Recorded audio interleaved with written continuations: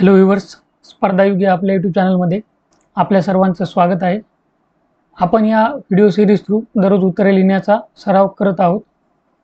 आपण द हिंदू आणि Indian express या इंग्रजी वृत्तपत्रांमधून जे एडिटोरियल आर्टिकल येतात त्यावर आपण क्वेश्चन फ्रेम करत आहोत. जे आपले क्वेश्चन्स आहेत ते अभ्यासक्रमाशी सुसंगत आहेत. आपण अभ्यासक्रमाला सुद्धा जोडून दाखवत आहोत तो प्रश्न. तुम्ही आपले टेलिग्राम चॅनल जॉईन करून ठेवा. टेलिग्राम चॅनलची लिंक तुम्हाला खाली डिस्क्रिप्शन बॉक्समध्ये मिळून जाईल. टेलिग्राम चॅनलवर आपण जो प्रश्न घेत असतो त्याचे उत्तर तिथे देत असतो. हे पहा, हे आर्टिकल आहे ज्यावर आज आपण प्रश्न घेणार आहोत. Reading the hike, minimum support price system needs reset, for now increase in MSPs is well timed and well intention. तर या आर्टिकलमध्ये काय नाही आहे, सांगितलेलं आहे की आता जे नुकत्याच किमान आधारभूत किमती ज्या वाढवलेल्या आहेत त्यामध्ये 5 वर्षांमध्ये सर्वात कमी तांदूळसाठी किमान आधारभूत किमती यावेळेस वाढवलेल्या आहेत. त्यामुळं या आर्टिकलमध्ये सांगितलेलं आहे की याचीच गरज आहे आपल्याला आणि अजून काय करायला पाहिजे. या आर्टिकलमधून आपल्याला आपल्या अभ्यासक्रमासाठी एवढ्या काही गोष्टी मिळत नाहीत. त्यामुळं आपण काय करूया, किमान आधारभूत किंमत काय आहे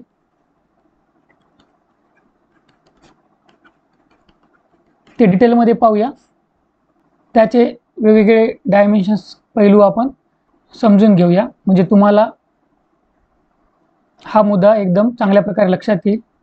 आणि हा मुद्दा महत्त्वाचा का आहे, कारण आपल्या अभ्यासक्रममध्ये डायरेक्ट याचा उल्लेख दिलेला आहे. आता किमान आधारभूत किंमत याची डेफिनेशन, व्याख्या ही तुम्ही कोणताही जर तुम्हाला प्रश्न आला किमान आधारभूत किंमतविषयी तर इंट्रोडक्शनमध्ये तुम्ही ही डेफिनेशन लिहू शकता. त्यामुळे ही डेफिनेशन तुम्ही नोट करून ठेवा. नोट तुम्ही कोठे करून ठेवायची आहे, तर सामान्य अध्ययन चा पेपर 3 तुमचा सामान्य अध्ययन 3 त्यामध्ये कृषी या घटकामध्ये तुम्हाला हे नोट डाऊन करून ठेवायचं आहे. जेव्हा प्रश्न पाहू तेव्हा अभ्यासक्रमसुद्धा पाहू, नेमकं कुठं दिलेलं आहे आणि काय दिलेलं आहे किमान आधारभूत किमतीबाबत. आता आपल्याला माहीत असेल, आपण प्रीसाठी वाचलेलंच आहे, ही शिफारस कोण करतं, कृषी मूल्य व किंमत आयोग. किमान आधारभूत किंमत MSP जी आहे त्याची शिफारस CACP, commission on agriculture cost and prices हे करत असतं. आणि ही शिफारस कोणाला केली जाते, तर आर्थिक व्यवहारांवरील मंत्रिमंडळ समिती, कॅबिनेट कमिटी ऑन इकॉनॉमिक अफेअर्सला ही शिफारस केली जाते. आणि मंजुरीसुद्धा मग कोण देणार, तर ही समिती देत असते. या समितीचे अध्यक्ष असतात आपले पंतप्रधान. आता ही MSP जी आहे किमान आधारभूत किंमत ती कधी ठरवली जाते, तर वर्षातून 2 वेळा ठरवली जाते. खरीप व रब्बी हंगाम जो असतो त्याच्या पेरणी अगोदर. आता नुकतीच जे आर्टिकल पाहिलं ते कशामुळे आलेलं आहे, कारण नुकतीच MSP जाहीर झालेली आहे. आणि कोणत्या हंगामासाठी आहे, तर खरीप हंगाम. आता आपल्याला हे पाहणं महत्त्वाचं ठरतं की किती पिकांसाठी MSP सध्या जाहीर केली जाते, तर 22 पिकांसाठी MSP सध्या जाहीर केली जाते. जो ऊस आहे, शुगरकेन आहे, त्याच्यासाठी FRP आहे, फेअर रिम्युनरेटिव्ह प्राईस. या 22 पिकांपैकी 14 खरीप पिके आहेत, 6 रब्बी पिकं आहेत आणि 2 नगदी पिकं आहेत. तरी कोणकोणती पिके आहेत हे तुम्हाला माहीत पाहिजे, कारण पूर्व परीक्षेला यावर प्रश्न येऊ शकतो. मेन्समध्ये तुम्हाला हे सर्व लिहायची गरज नाही, परंतु पूर्वमध्ये तुम्हाला प्रश्न येऊ शकतो.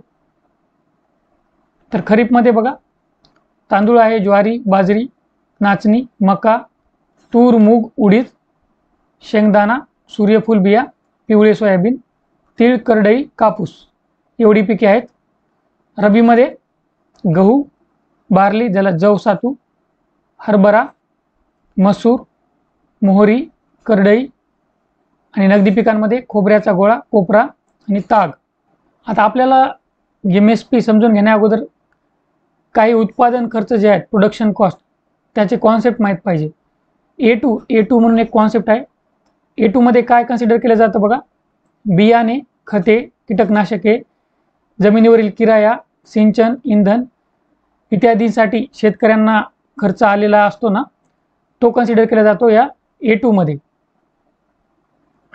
आता A2 प्लस FL याच्यामध्ये काय कन्सिडर केलं जातं, ह्या वर दिलेल्या A2 मधल्या गोष्टी तर कन्सिडर केल्या जातात, त्याच्या व्यतिरिक्त न मिळालेल्या कौटुंबिक श्रमाचा मोबदला, अनपेड फॅमिली लेबर, म्हणजे कुटुंबातील व्यक्ती जर समजा शेतीमध्ये काम करत असतील तर त्यांना आपण मोबदला देतो का, नाही, परंतु ते काम करतात त्यांच्या श्रमाचा काहीतरी मोबदला असतोच, तर हा मोबदला सुद्धा MSP देताना कन्सिडर केला जातो. आणि तिसरा आहे C2. C2 मध्ये वरील A2 प्लस FL हे दोन्ही सुद्धा येतात, आणि या व्यतिरिक्त मालकीच्या जमिनीवरील किराया, व्याज इत्यादी. म्हणजे काय, तर समजा जो शेतकरी आहे त्याची स्वतःची मालकीची जमीन आहे, त्याची स्वतःची मालकीची जमीन असल्यामुळे तो किराया वगैरे देणार का, नाही, परंतु MSP कन्सिडर करताना C2 या घटकामध्ये मालकीच्या जमिनीवरील किराया, व्याज हे सुद्धा कन्सिडर केलं जातं. म्हणजे समजा जर ही जमीन मालकीची नसली असती तर किती किराया वगैरे व्याज आला असतं, तो सुद्धा खर्च इन्क्लूड केला जातो C2 मध्ये. आणि जे आपलं कृषी मूल्य व किंमत आयोग आहे ते MSP ठरवताना कशाचा आधार घेतं, तर A2 प्लस FL. तर C2चा विचार केला जात नाही, A2 प्लस FLचा आधार घेतला जातो.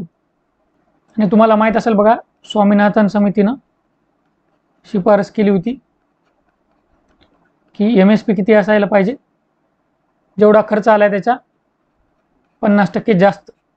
आणि स्वामीनाथन यांनी जी शिफारस केली होती ती C2 या आधारावर केली होती. स्वामीनाथन समितीच्या शिफारशी सरकारने स्वीकारलेल्या आहेत, परंतु सरकार A2 अधिक FL या आधारावर MSP ठरवत असते, हे लक्षात घ्या. आता आपण किमान आधारभूत किंमत MSP याचा विचारच का करत आहोत, कारण याच्याबाबत आपल्याला काहीतरी समस्या येत असतील. आपण काही घटकाचा विचार करतो, मुळात कशामुळे करतो, कारण त्यावर काही प्रॉब्लेम असतात, समस्या असतात, अडचणी असतात, आणि यावर सुद्धा काही या MSP बाबत सुद्धा काही समस्या आहेत, अडचणी आहेत. तर त्या काय काय आहेत, तर हे बघूया. ह्या नोट डाऊन करून ठेवा तुमच्या नोट्समध्ये. हे बघा, नोट्समध्ये एखादा पॉईंट जर तुमच्या सिलेबसमध्ये डायरेक्ट दिलेला असेल, त्याच्यावर जर आपण काही घेत असतो तर ते तुम्ही डायरेक्ट नोट्समध्ये नोट डाऊन करून घ्या, कारण ते तुम्हाला पुन्हा पुन्हा रिवाईज करावं लागणार आहे आणि ते तुम्हाला नेहमी कामी येणार आहे. हे बघा, मर्यादित पिके. तर MSPमुळं काय झालेलं आहे बघा, ही जी किमान आधारभूत किंमत आहे ती तांदूळ आणि गहू याच पिकांना जास्त करून मिळते. बाकीचे जे आपण बघितलेले आहेत 22 जे पिके आहेत त्यामधून तांदूळ आणि गहू यांनाच ही जास्त प्रमाणात मिळते. बाकींच्या पिकासाठी याचा काही एवढा फायदा होत नाही. ही एक समस्या आहे की यामध्ये मर्यादित पिकांनाच लाभ मिळतो. दुसरी समस्या काय, अकार्यक्षम अंमलबजावणी. आता हे कशावरून आपण सांगू शकतो, तर शांताकुमार समितीने अहवाल जाहीर केला होता 2015 मध्ये. त्यांनी काय सांगितलं होतं त्या अहवालामध्ये की फक्त 6% शेतकऱ्यांनाच या MSPचा लाभ होतो आणि बाकीचे 94% शेतकरी या लाभापासून वंचित आहेत, म्हणून याची अंमलबजावणी कार्यक्षम नाही. तिसरी समस्या काय, पर्यावरणीय हानी. आता तांदूळ, गहू हे सारखे ही जी पिके आहेत यांना पाणी खूप प्रमाणात लागते, आणि ज्या ठिकाणी पाण्याची कमतरता आहे जर त्या ठिकाणी ही पिके जर घेतली तर काय होईल, तर पाण्यावर दबाव येईल, पाण्यावर म्हणजे ग्राउंड वॉटरवर दबाव येईल, स्ट्रेस येईल. तसेच काय होईल, खतं जास्त वापरावे लागतील, त्यामुळे मातीवर परिणाम होईल, सॉईल डिग्रेडेशन होईल. अशा प्रकारे पर्यावरणीय हानी होत असते. चौथी समस्या काय, तर मध्यस्थांवर अवलंबित्व. मध्यस्थ कोण कोण आहेत बघा, काही मध्यस्थ लोक असतात जे शेतकरी आणि जी खरेदी करणारी सिस्टम आहे त्याच्यामध्ये असतात लोक. तुमच्या गावामध्ये सुद्धा काही मध्यस्थ लोक येत असतील, ते डायरेक्ट शेतकऱ्यांकडून जे धान्य आहे ते घेऊन जातात. समजा A मध्यस्थ आहे, तो समजा उदाहरणार्थ 1 क्विंटल तांदूळ जे आहे ते काय करतो, 3000 रुपयाला विकतो नेऊन, पण तो डायरेक्ट गावात जाऊन खरेदी करतो, तो 2700 रुपयाला खरेदी करतो शेतकऱ्याकडून, म्हणजे 300 रुपयाचा त्याला प्रति क्विंटल फायदा होतो. हे झालं मध्यस्थांवर अवलंबित्व. तसेच दलाल, APMC अधिकारी यांची एक साखळी असते आणि ह्या साखळीमध्ये लघु व अल्पभूधारक शेतकरी असतात, ते सामील नसतात. त्यामुळं यांच्यावर त्याचा परिणाम होत असतो लघु व अल्पभूधारक शेतकऱ्यांवर. पाचवी समस्या काय? आर्थिक भार. सरकारच्या तिजोरीवर आर्थिक भार येतो, कारण पीक खरेदी सरकारला करावंच लागते. MSP जाहीर केली तुम्ही, आणि जरी तुमच्या म्हणजे आपले FCIचे जे गोदाम आहे, फूड कॉर्पोरेशन ऑफ इंडियाचे, त्याच्यामध्ये जरी साठा असला तरी खरेदी करावीच लागते, कारण तशी गॅरंटी आहे MSP थ्रू. ही एक मोठी समस्या आहे. आता मग एवढ्या समस्या आहेत तरीसुद्धा MSP अजूनसुद्धा आहे, किमान आधारभूत किंमत अजूनसुद्धा दिली जाते. आपण बघितलं 22 पिकांसाठी दिली जाते. मग का दिली जाते? काहीतरी याची गरज आहे. याची गरज असल्यामुळं अजूनसुद्धा MSP दिल्या जाते. तर पहिली गरज काय? तर शेतकऱ्यांचे संरक्षण होते. शेतकऱ्याचे संरक्षण कशापासून होते?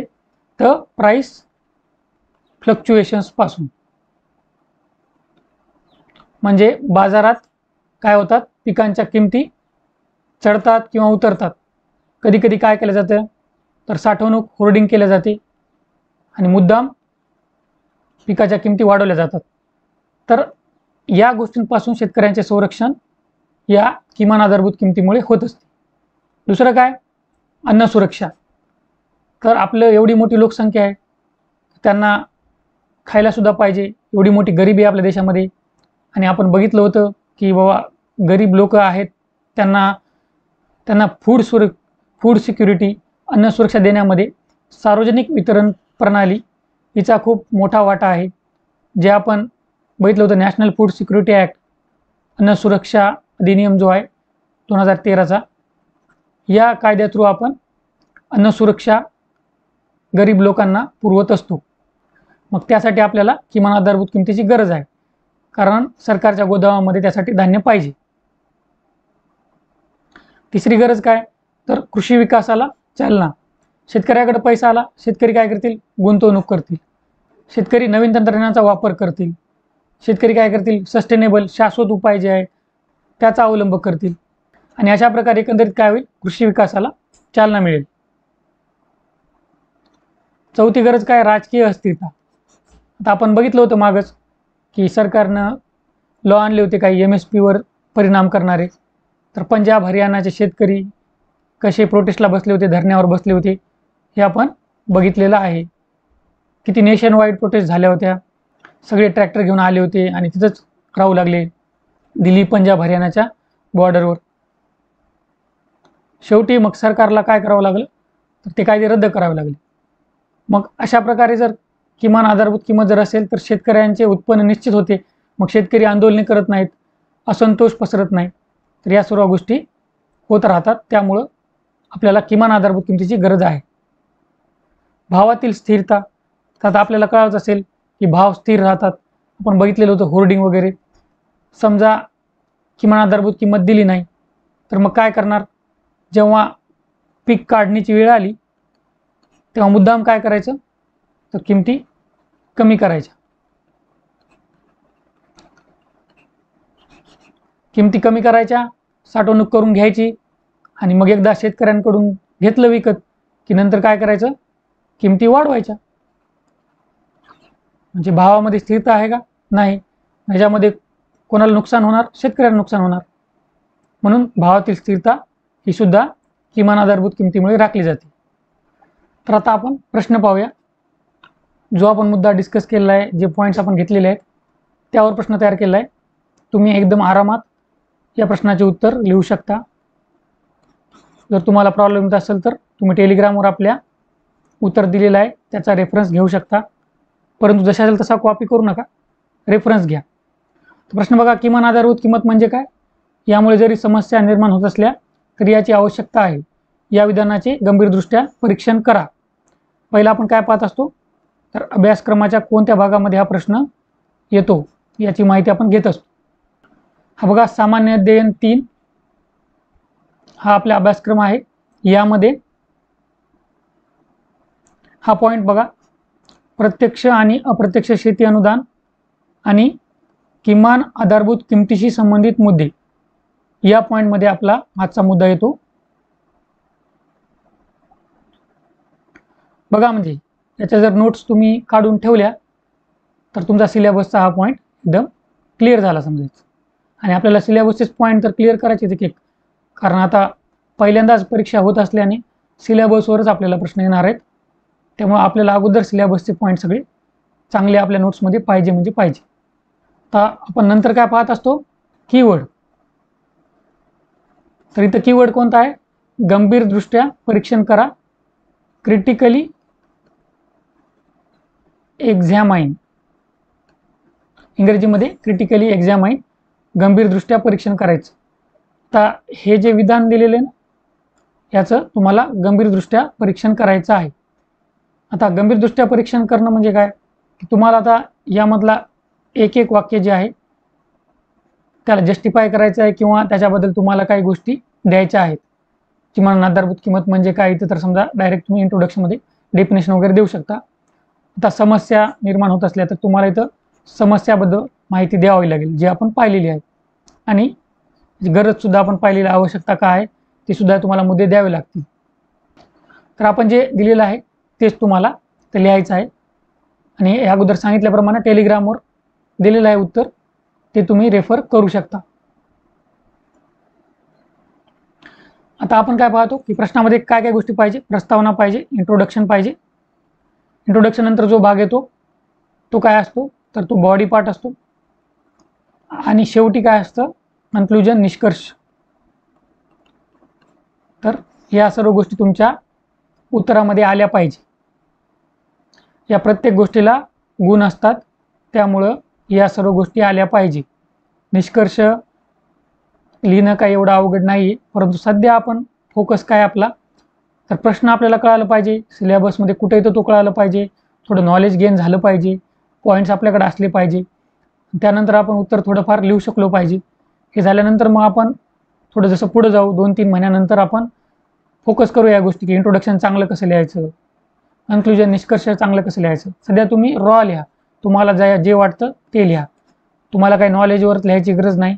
आपण जेवढे काही गोष्टी बघितल्यात त्यावर तुम्हाला जर काही वाटत असेल, तुमचं काही मत बनलं असेल, तर त्यावर सुद्धा तुम्ही निष्कर्ष लिहू शकता.